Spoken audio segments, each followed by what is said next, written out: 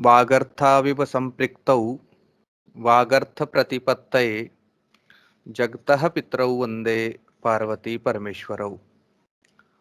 आप सभी को नमस्कार।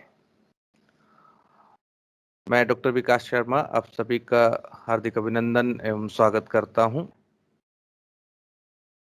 इस विषय में आप सभी जानते हैं कि विश्व में जितनी भी संस्कृतियां हैं या सभ्यताएं उत्पन्न हुई हैं, उनमें से केवल भारत ही एक ऐसा देश है जिसमें अनेक प्रकार की संस्कृतियों का आगमन रहा।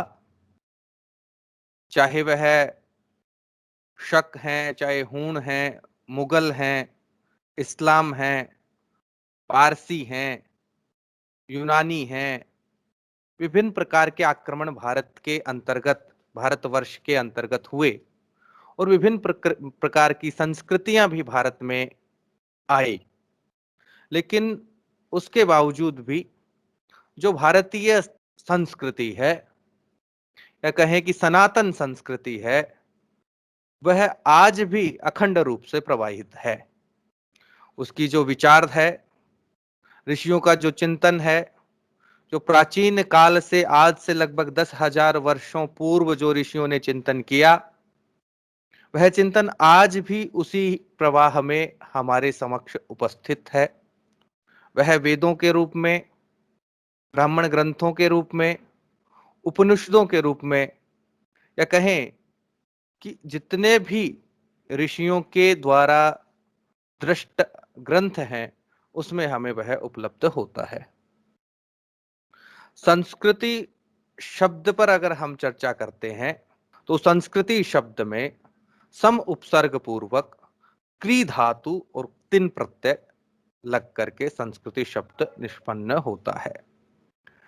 इस प्रकार से जो संस्कृति शब्द का अर्थ हुआ, जिसका होता है सम्यक रूप से किया गया कार्य, जिसको परिष्कृत कार्य भी कहते हैं।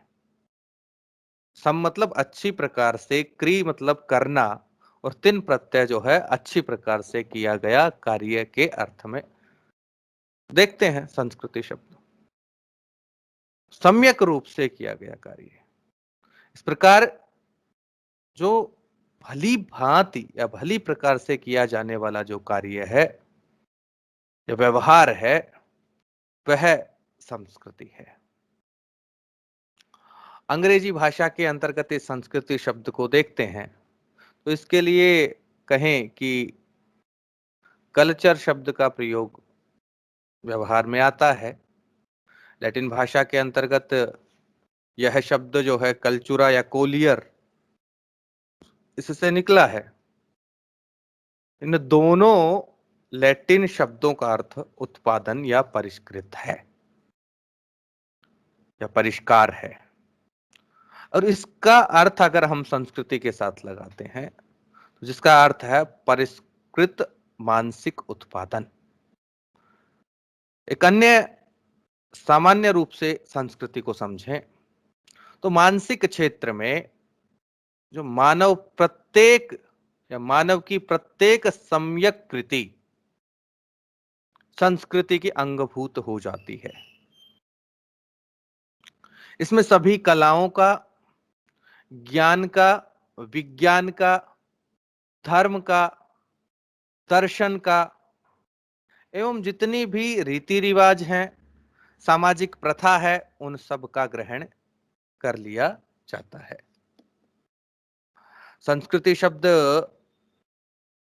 अगर मैंने जैसे बताया कि एक सम्यक कृति, जो मनुष्य की प्रत्येक कृति है, सम्यक कृति है, उसको उसी अर्थ में हम लेते हैं।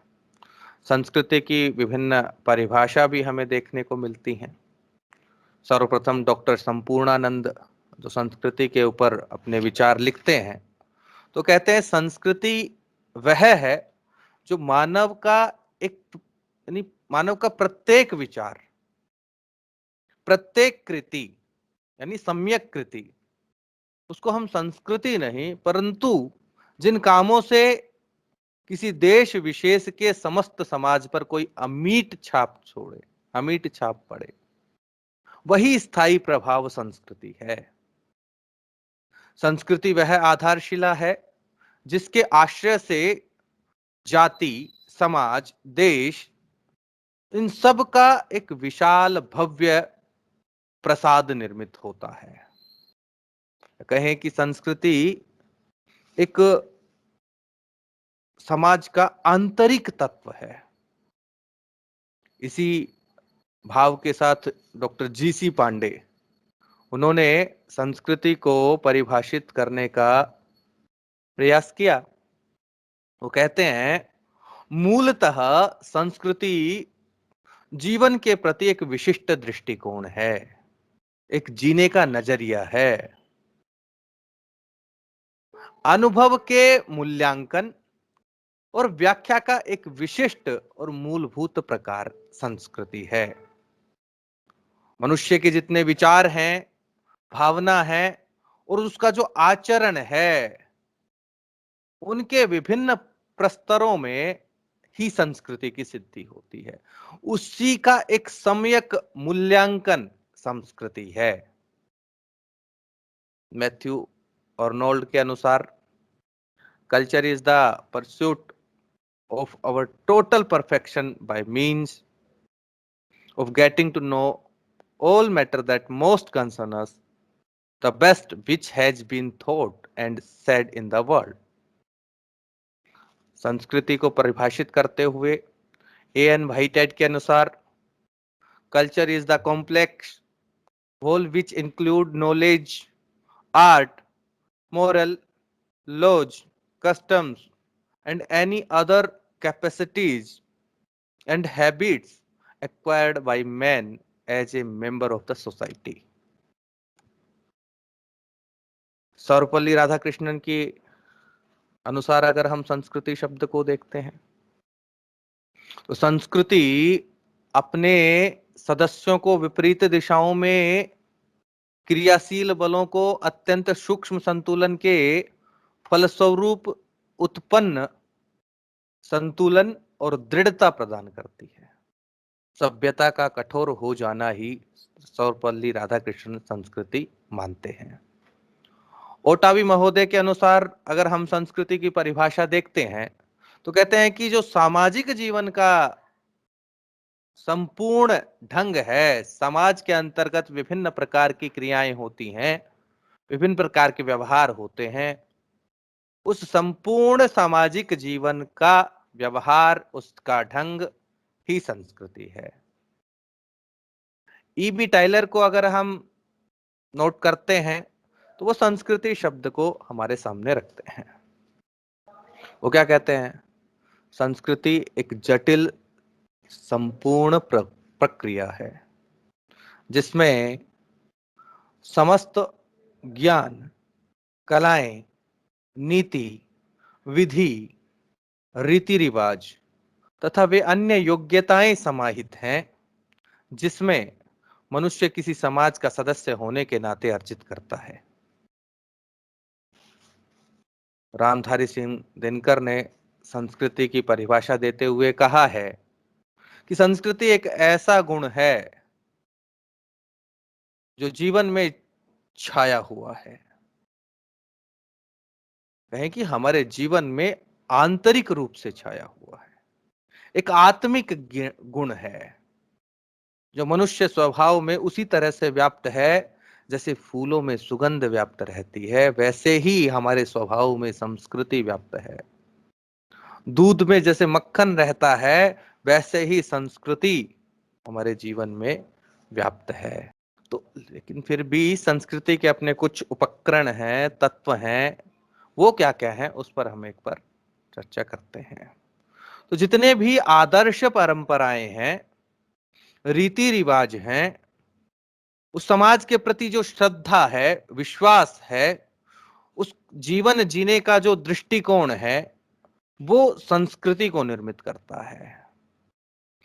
उस समाज के अंतर्गत व्यक्तियों के जो सद्गुण हैं, व्यक्ति की जो भावनाएं हैं, उसके जो स्थायी भाव हैं, वो उस देश की, उस समाज की संस्कृति को निर्मित करते हैं। इसके साथ साथ में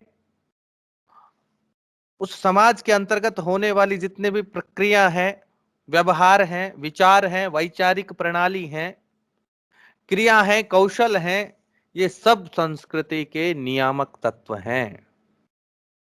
इसके अलावा दैनिक जीवन में जो व्यक्ति मनुष्य प्रयोग करता है, जैसे उसके आध्यात्मिक मूल्य है, उसका धर्म है, उसकी धार्मिक क्रियाएं हैं, उसका धर्म और दर्शन है, ये सभी जो है संस्कृति को प्रभावित करते हैं। इसके अलावा जो कलात्मक अभिव्यक्तियां हैं, या कहें कि साहसिक अभिरुचियां हैं, कलात्मक कल्पनाएं हैं, वो भी संस्कृति को प्रभावित करती हैं। सामाजिक कुशलता, नियंत्रण, अनुशासन, नियम और विधि, ये उस समाज के ढांचे को बनाने का महत्वपूर्ण तत्व है, जिससे उस संस्कृति प्रभावित होती है। इसके अलावा प्रत्येक समाज की अपनी शासन व्यवस्था या उस संस्कृति के अंतर्गत निहित न्याय तत्व, दंड एवं सम्मान इत्यादि भी, ये सभी नियामक तत्व उस संस्कृति को कहीं ना कहीं प्रभावित करते हैं। अगर हम बात करें राजनीतिक है, उसकी राजनीतिक चिंतन कैसा है, सामाजिक चिंतन है, आर्थिक है, धार्मिक है, या संस्था जो जो निर्मित हैं उसके विषय में, दर्शन है, उस देश का कहें कि विज्ञान है, साहित्य है, नाटक है, और चित्रकला है, मूर्ति कला है, उसका गृह निर्माण है, वास्तुकला जिसको हम कह सकते हैं, और उसके उपासना के जो स्थल हैं, जैसे हम भारतीय उपासना स्थलों को, मंदिरों को देखते हैं, तो आज के समय भी जो प्राचीन काल के जो मंदिर थे, उनकी पद्धति हमें अपने मंदिरों में प्राप्त हो जाती है। चाहे हम कोणार्क मंदिर को देखें, चाहे हम कहें कि विभिन्न प्रदेशों में स्थित विभिन्न वास्तुकलाओं से सुसज्जित मंदिरों को देखें, वो किसी न किसी संस्कृति के परिचायक हैं। अब दक्षिण भारत में जाएंगे तो विभिन्न प्रकार के मंदिर और उनकी विभिन्न प्रकार की अलग अलग प्रकार की वास्तुकला से निर्मित उन सुंदर भवनों को, उन सुंदर मंदिरों को देखेंगे। और वो मंदिर उस समय निर्मित किए गए जब संसाधन इतने अधिक उपयुक्त नहीं, प्रयोग में नहीं लिए जाते जितना तकनीक का प्रयोग आज किया जाता था। लेकिन उस समय तकनीक भी थी, लेकिन वर्तमान तकनीक जैसी तकनीक ना हो, लेकिन उस तकनीक के माध्यम से, साधारण सामान्य तकनीक के माध्यम से, और वो तकनीक भी उनकी वैज्ञानिक थी, उस वैज्ञानिक तकनीक के माध्यम से उन्होंने इतने सुंदर सुंदर मंदिर बनाए। एक ही पर्वत में मंदिर का निर्माण कर दिया, एक ही पूरे पत्थर में मंदिर का निर्माण कर दिया। अब अजंता एलोरा तो को देखेंगे, उसमें आपको पूरे भारत की संस्कृति, या कहें कि आपको उस समय की संस्कृति नजर आएगी। तो संस्कृति के लिए ये सब महत्वपूर्ण नियामक तत्व हैं। उसके उससे संबंधित वास्तु है, वस्त्र है, आभूषण है, या कहें कि उस समय प्रयोग होने वाले खाद्य सामग्री के जो नियामक, कहें कि उसके प्रयोग किए जाने वाले जो भंडार हैं, जो बर्तन हैं, और जीवक व्यक्ति के जीवन में उपयोगी जितने भी उपकरण, जिससे उसको सुविधा आसानी होती है, जिनका वो प्रयोग करता है।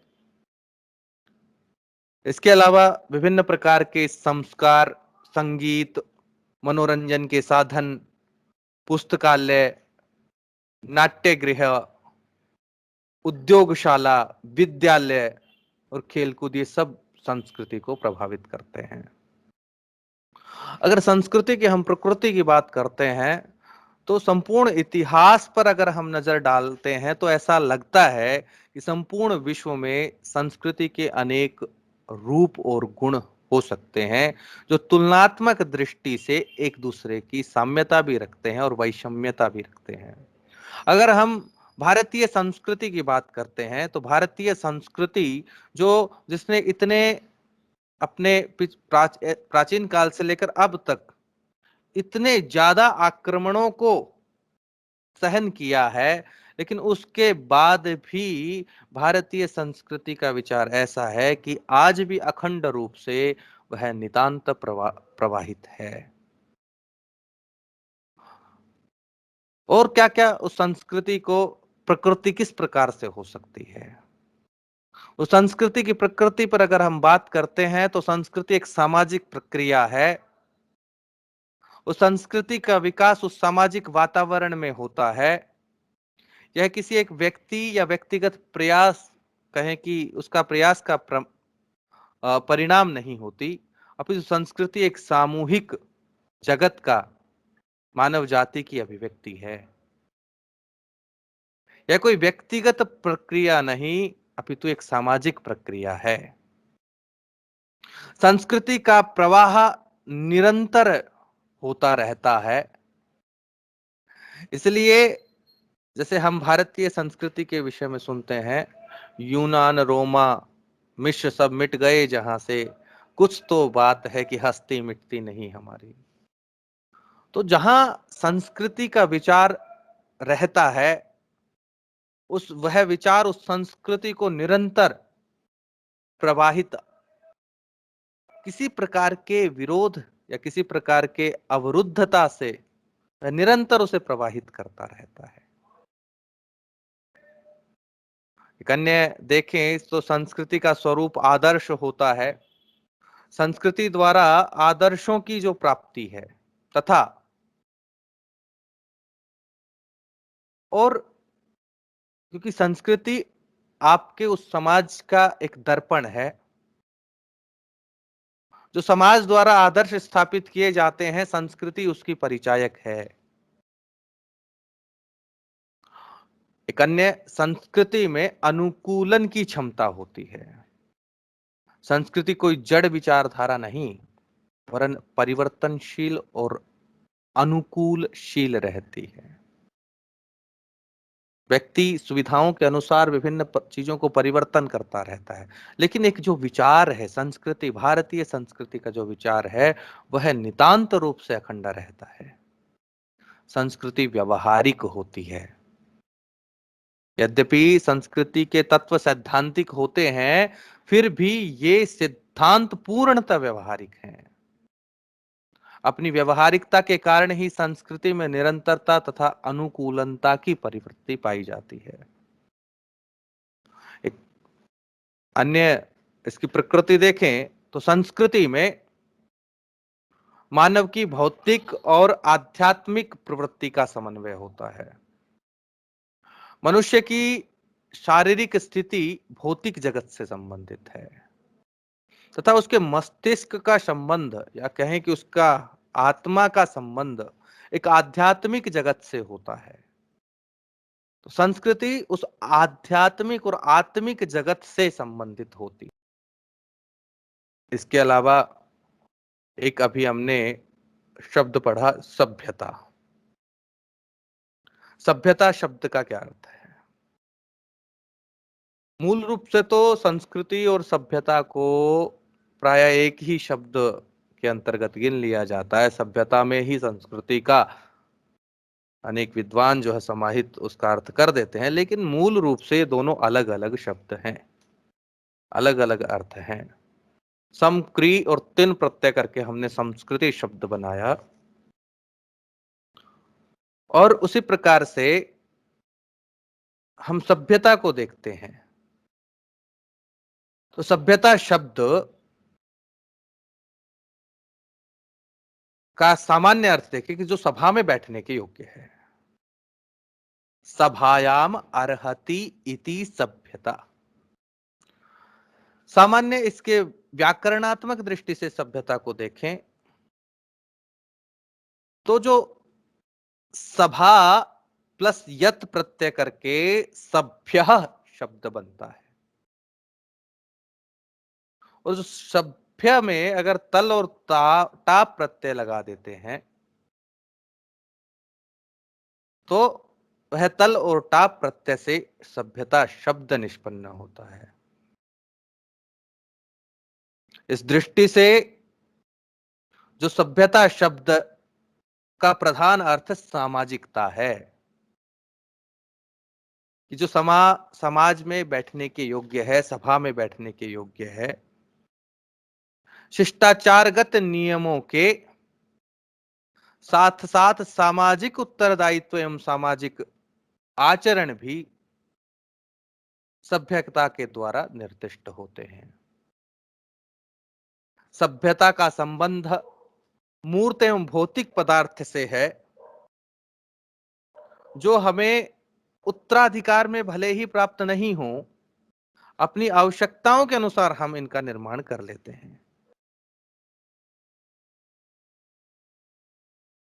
इसके अलावा सभ्यता के द्वारा मनुष्य की भौतिक सुख समृद्धि और उसके व्यवहार का परिज्ञान होता है। इसी आधार पर जो राष्ट्र भौतिक दृष्टि से अधिक प्रगतिशील हैं, वे स्वयं को दूसरे राष्ट्रों की अपेक्षा अधिक सभ्य मानते हैं। ये सामान्य रूप से समाज में भी ऐसा देखा जाता है कि जो व्यक्ति अधिक पढ़ लेता है, लिख लेता है, अपने आप को आर्थिक दृष्टि से मजबूत कर लेता है, तो की नजर में दूसरे को देखने का नजरिया भी कहीं अब सामान्य रूप से देखने में मिलता है कि परिवर्तन हो जाता है और अपने आप को सभ्य वह समझने लगता है। सामान्य रूप से बताया कि सभ्यता का जो सामान्य अर्थ है या संबंध उपयोगिता से है। मनुष्य केवल उन्हीं कार्यों को करता है जो उसके लिए उपयोगी हैं। सभ्य जीवन का प्रारंभ क्रियाशीलता द्वारा उपयोगिता की प्राप्ति स्वरूप हुआ है। कहें कि जब जंगलीपन था या बर्बरता की स्थिति थी, उससे उभर कर जब मनुष्य ने अपनी सुरक्षा, अपनी सुविधा और समाजीकरण को बढ़ावा दिया, तो उस प्रथम चरण का जो अंश है वह सभ्य संज्ञा से विभूषित होता है या किया जाता है। ये एक धारणा है, क्योंकि ऐसा कहा जाता है कि भारतीय संस्कृति तो वह प्राचीन संस्कृति तो सुसंस्कृत एवं सुसभ्य समाज से ही प्रारंभ होती है। हम वेदों का और दृष्टिगोचर करते हैं, तो वेदों को जब हम पढ़ते हैं तो वेदों में समस्त विज्ञान, समस्त ज्ञान एवं समस्त जीवन का व्यवहार निहित है। वेदों के मूल अर्थ को तो वर्तमान तक भी लोग नहीं समझ पाए हैं कि मूल अर्थ क्या हो सकता है। एक एक मंत्र अपने अंदर अनेक प्रकार के ज्ञान समेटे हुए हैं, लेकिन आज इस वर्तमान समय में ये संस्कृति और सभ्यता ही इन शब्दों के लिए या कि इनका प्रयोग किया जाता है। इन दोनों का पारस्परिक संबंध भी बड़ा गहन है, एक दूसरे से संयुक्त हैं। जैसे व्यक्ति और समाज अलग अलग न होकर के एक दूसरे से जुड़े हुए हैं, वैसे ही सभ्यता और संस्कृति भी एक दूसरे की पूरक हैं। संस्कृति के बिना किसी देश, समाज या जाति सभ्य नहीं कहला सकती और सभ्यता के बिना संस्कृति की कल्पना भी हम नहीं कर सकते हैं। अब संस्कृति की बात करते हैं तो भारतीय संस्कृति की हम बात कर रहे हैं। भारतीय संस्कृति का जब हम नाम लेते हैं तो ऋषियों का चिंतन, उनके ग्रंथों को जब हम देखते हैं तो भारत कैसा था, उस भारत की संस्कृति कैसी थी, भारत का भौगोलिक स्वरूप क्या था, जो आज स्वरूप है, क्या उससे इतर था या भिन्न था। तो जब हम अपने ग्रंथों के पास जाते हैं तो हमें पता चलता है कि जो भारत का आज स्वरूप है वैसा नहीं था, एक अखंड भारत का स्वरूप था, जिसके अंतर्गत आज के जो भारत के पड़ोसी देश हैं पाकिस्तान है, अफगानिस्तान है, ये सब उस समय भारत के हिस्से थे। नेपाल, भूटान, बर्मा, म्यांमार, ये सब भारत का, एक अखंड भारत का हिस्सा था। और जब हम पुराणों को पढ़ते हैं या स्मृति ग्रंथों को पढ़ते हैं तो उस भारत की भौगोलिक सीमा को देखते हैं, जिसमें हमें भारतीय संस्कृति के जो तत्व है आज भी प्राप्त होते हैं। हम कहें कि चाहे वह गांधार प्रदेश हो, जो आज अफगानिस्तान में स्थित है, जहां की गांधारी रहने वाली थी, या पाकिस्तान का वो तक्षशिला गुरुकुल देखें, जहां पर आचार्य चाणक्य ने अध्ययन अध्यापन कार्य किया, या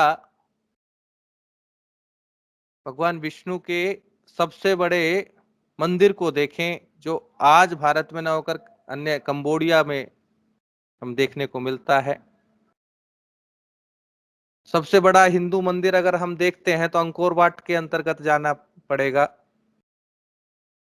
जहां भारतीय संस्कृति आज भी व्यवस्थित रूप से विद्यमान है।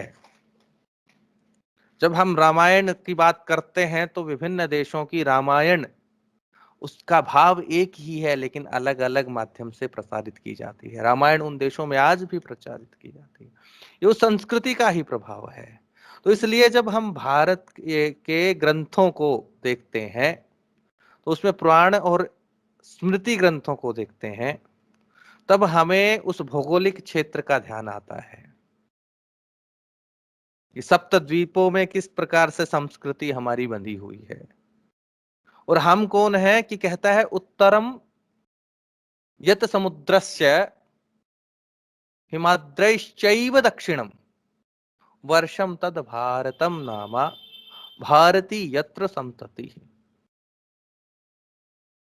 इसके भारत का प्राचीन नाम जब देखते हैं तो उसके लिए आर्यवर्त नाम का हमें स्मरण आता है। मनुस्मृतिकार ने जब मनुस्मृति लिखी तो उसमें भारत की भौगोलिक सीमा को भी उसने दर्शाया। वो लिखते हैं कि जो सरस्वती तथा दृषदवती नदियों के मध्य का जो देव निर्मित देश है वह है ब्रह्मावृत, और उस देश का परंपरागत आचरण ही भिन्न भिन्न शाखाओं सहित वर्णों के लिए सदाचार है।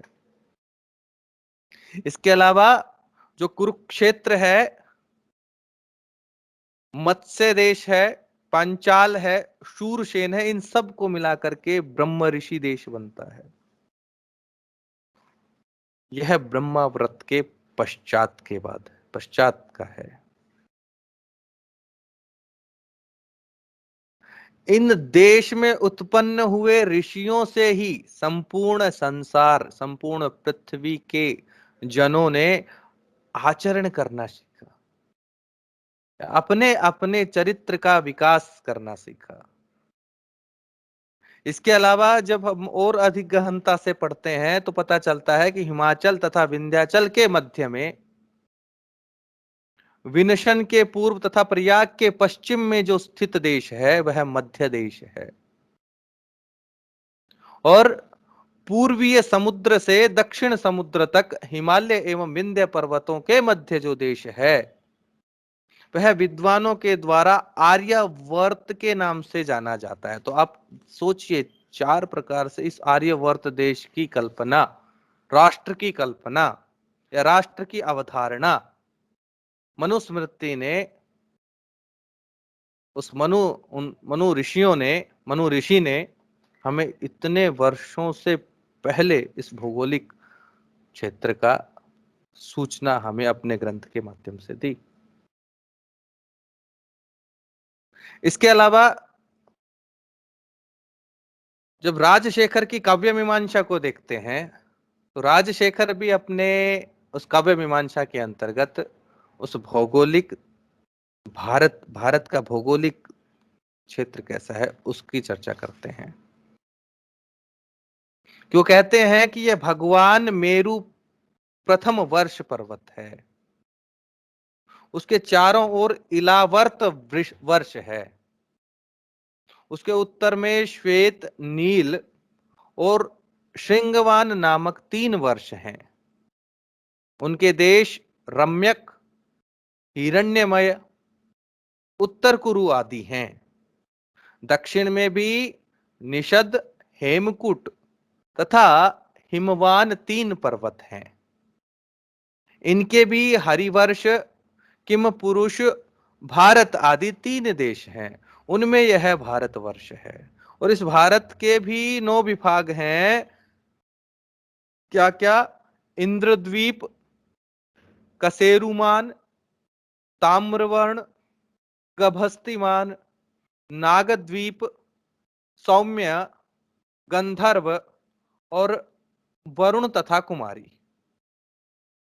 हिमालय तथा विंध्याचल एवं पूर्वी तथा पश्चिमी समुद्र के मध्य ये आर्यवर्त है। वहीं पर चतुराश्रम तथा 4 वर्ण पाए जाते हैं और वहीं पर सदाचार की जड़ भी है। ऐसा काव्य मीमांसा के अंतर्गत राजशेखर लिखते हैं। तो हमारे प्राचीन ऋषियों ने, विद्वानों ने, मंत्रद्रष्टाओं ने जिस भारत की भौगोलिक सीमा का वर्णन अपने ग्रंथों में किया, उस भारतीय विशाल भारत का, या कहें कि भारत की विशालता का अनुमान हमें सहज हो जाता है।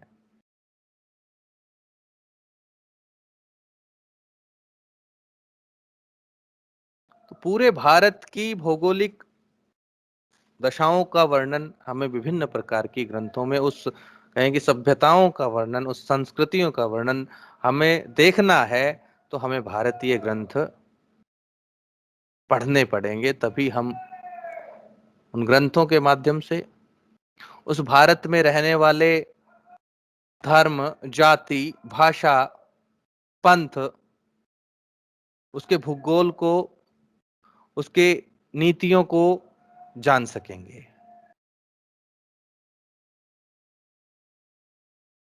सर हर्बर्ट रिजली ने इस भारत की जो मौलिकता है, विभिन्न प्रकार की विविधताएं जो हैं, उसको संबोधित करते हुए एक बार कहा था कि भारत में दर्शक को भौतिक क्षेत्र में और सामाजिक क्षेत्र में, या कहें कि सामाजिक रूप में, भाषा, आचार, धर्म एवं व्यवहार में जो विविधता दिखलाई पड़ती है, उसकी तह में हिमालय से लेकर कन्याकुमारी तक ये विविधताओं में भी एकता प्राप्त होती है। संपूर्ण भारत की आंतरिक एकता का सर्वाधिक पुष्ट प्रमाण हमें विभिन्न प्रकार के संघर्षों में दिखलाई पड़ता है। चाहे वह भारत से आने वाली जातियों से संघर्ष हो, भारत से बाहर आने वाली वैचारिक क्रांतियों, वैचारिक जगत की विभिन्न प्रकार की जितनी भी विचार भारत से बाहर के जो भारत में आए, उनके साथ संघर्ष रहा हो, तब हमें उस राष्ट्रीय एकता या कहें कि उस मौलिक एकता का दर्शन दिखलाई पड़ता है।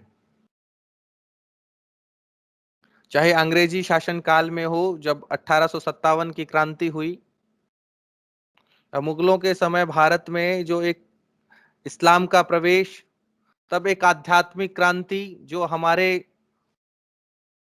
महापुरुषों के द्वारा, संत ऋषियों के द्वारा मध्यकाल में जगाई गई जो एक आध्यात्मिक क्रांति थी, उसका दर्शन हमें देखने को मिलता है। और इसके अलावा 16वीं शताब्दी से लेकर जो 18वीं शताब्दी, 1947 तक कहें, जो एक आध्यात्मिक और सांस्कृतिक क्रांति हमें देखने को मिलती है, उस आजादी का आधार वह सांस्कृतिक और आध्यात्मिक क्रांति ही बनती है। तो इसलिए इतने विशाल देश, जो देश की कहें कि जब जब देश पर विभिन्न प्रकार के आक्रमण या संकट आए हैं, तब तब हमें उस देश की एकता दिखलाई पड़ी है। उस देश के स्वाधीनता से या देश में स्वाधीनता से अनुप्रमाणित राष्ट्रीय चेतना का जागरण होते ही कश्मीर से लेकर कन्याकुमारी तक, बंगाल से लेकर राजस्थान तक संपूर्ण भूभाग में मानो एक भारतीय संस्कृति ही आधार स्तंभ बनती है। इस देश की, इस इतने बड़े विशाल देश की उस मौलिक एकता के कुछ और भी तत्व हैं, जैसे कहें जो उसे एक करती हैं। अगर उन तत्वों पर अगर हम विचार करते हैं, जैसे मौलिक एकता है,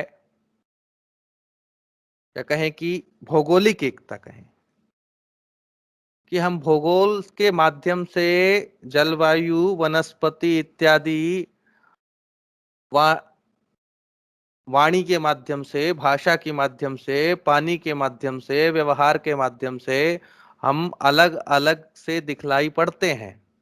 विविधताएं दृष्टिगोचर होती हैं। राजस्थान में जाएंगे, वहां के लोगों की अलग संस्कृति दिखलाई पड़ती है। गुजरात में जाएंगे, वहां के लोगों की अलग संस्कृति, अलग भाषा, अलग वाणी, अलग व्यवहार दिखलाई पड़ता है। लेकिन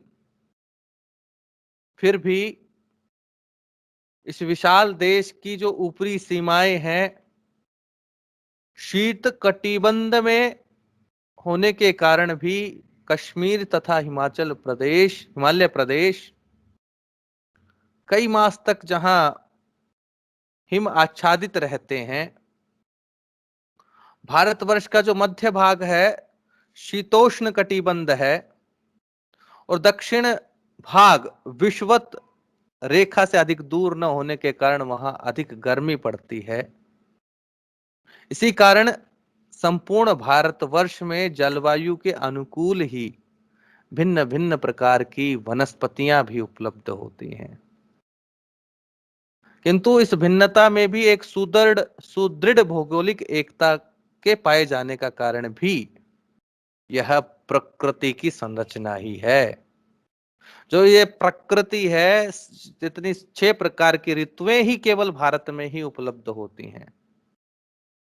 एक सुरक्षित दुर्ग के समान ये प्रकृति इस भारत का संरक्षण करती है। यह एक ऐसी सुदृढ़ प्राकृतिक इकाई है, भौगोलिक इकाई है, जिसके तीनों ओर एक समुद्र, पर्वत स्थित हैं। फिर भी भारत के इस भूखंड का महत्व या अस्तित्व अपना एक अलग ही प्रकार का है। लेकिन कहें कि भारत का जो आंतरिक भौगोलिक है, उसको तो हम, उसका विभाजन नगण्य है। यह भौगोलिक एकता केवल भौतिक धरातल मात्र पर स्थित नहीं है, अपितु भारतीयों की जो बौद्धिक चेतना है तथा उसके हृदयों में स्थित भाव हैं, उस भावों का उपस्थित होते हैं, जो भाव पूर्णतया जो स्थित हैं। इसलिए यहाँ के जितने भी दर्शन ग्रंथ हैं या काव्य ग्रंथ हैं, उसमें भारत की भौगोलिक एकता दृष्टिगोचर है। चाहे वह हम कालिदास का मेघदूत पढ़ें, जिसमें हमें संपूर्ण भारत के भौगोलिक चित्र का दर्शन होता है, या मनुस्मृति कार की मनुस्मृति पढ़ें, जिसने संपूर्ण भारत का भौगोलिक चित्रण का दर्शन हमें कराया, या विष्णु पुराण को पढ़ें, वायु पुराण को पढ़ें, जिसके अंतर्गत भौगोलिक दर्शन हमें प्राप्त होता है। दूसरा, राजनीतिक एकता की बात करें, इस भारतीय भूखंड पर विभिन्न प्रकार के अलग अलग शासकों का भी वर्चस्व रहा है। आंतरिक रूप से अलग अलग हो सकने के कारण भी वह भिन्न भिन्न होंगे, लेकिन इस अखंड सनातन संस्कृति ने उन सब को एक सूत्र में बांधा। जितने भी प्रतापी नरेश हुए, उन सब ने इस भारतीय संस्कृति का दामन थामा। तभी पूरे देश पर एक छत्र राज्य करके वे महाराजाधिराज, सम्राट, एकराट, अधिराज कहला सके। वे अपनी इच्छा पूर्ति के लिए कहें कि जितने भौगोलिक या राजनीतिक क्षेत्र पर उनको अपना वर्चस्व स्थापित करना था, इसके लिए वे अश्वमेध यज्ञ या राजसूय यज्ञ इत्यादि करते थे। सम्राट दिग्विजय या कहें जितने भी सम्राट होते थे, उनका वर्चस्व पूरे भारत पर हो, उससे बाहर हो, इसके लिए वे दिग्विजय की आकांक्षा करते थे। इसलिए जब चाणक्य को देखते हैं तो उन्होंने जिस अपने शिष्य को तैयार किया, तो पूरे अखंड भारत पर भारतीय संस्कृति का परचम फहराया जा सके, इस दृष्टि से उन्होंने अपने शिष्य को तैयार किया।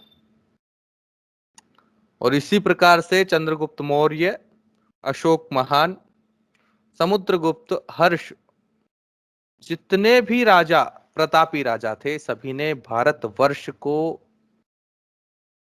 संपूर्ण भारतवर्ष को राजनीतिक दृष्टि से एकता स्थापित करने का कार्य किया।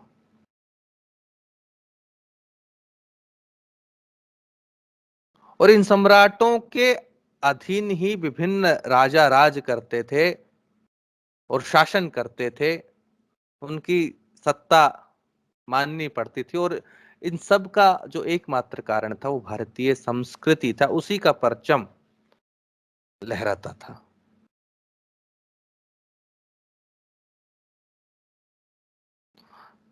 एक अन्य कारण देखें इस मौलिक एकता का भारत की, वो है सांस्कृतिक एकता। जैसे मैंने पहले बताया, भारत की अखंड मौलिक एकता इसके सांस्कृतिक स्वरूप में सर्वाधिक अभिव्यक्त हुई है।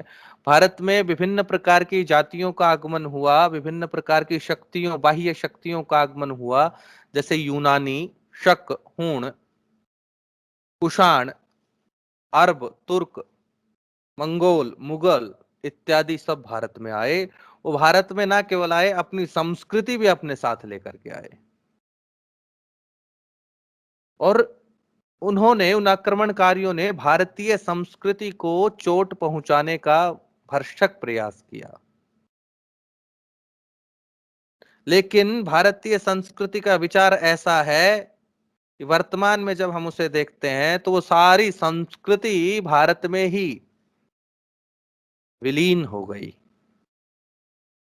या उस भारतीय संस्कृति में ही एकाकार हो गई। इसलिए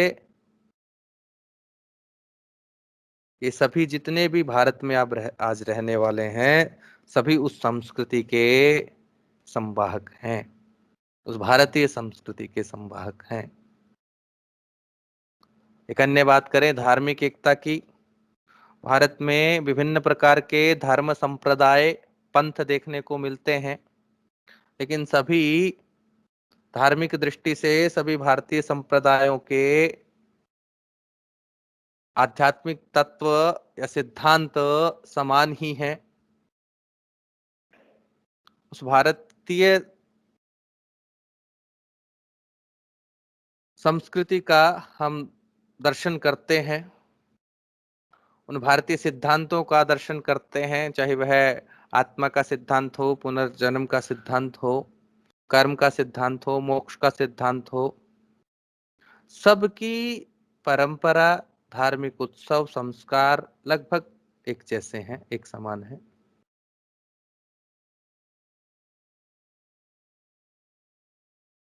आदि शंकराचार्य ने जब भारतीय संस्कृति या कहें कि विभिन्न जो भारत से बाहर आने वाली संस्कृतियों का वर्चस्व बढ़ने लगा था, तब आदि शंकराचार्य ने उस संस्कृति को दोबारा स्थापित किया और चार धाम के रूप में, चार मठों के रूप में मठ स्थापित किया। आप सभी जानते हैं कि उत्तर में बद्रीनाथ, दक्षिण में रामेश्वरम, पूर्व में जगन्नाथपुरी और पश्चिम में द्वारका। ये चारों धाम तीर्थ स्थान उन आदि शंकराचार्य के द्वारा स्थापित हैं, जो भारतीय संस्कृति के परिचायक हैं।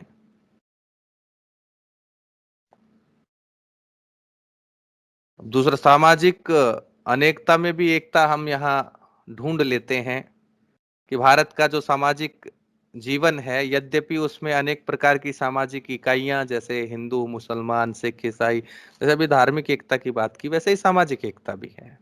विभिन्न प्रकार के सामाजिक विश्वास, परंपरा, रीति रिवाज इस संस्कृति के अंतर्गत हैं।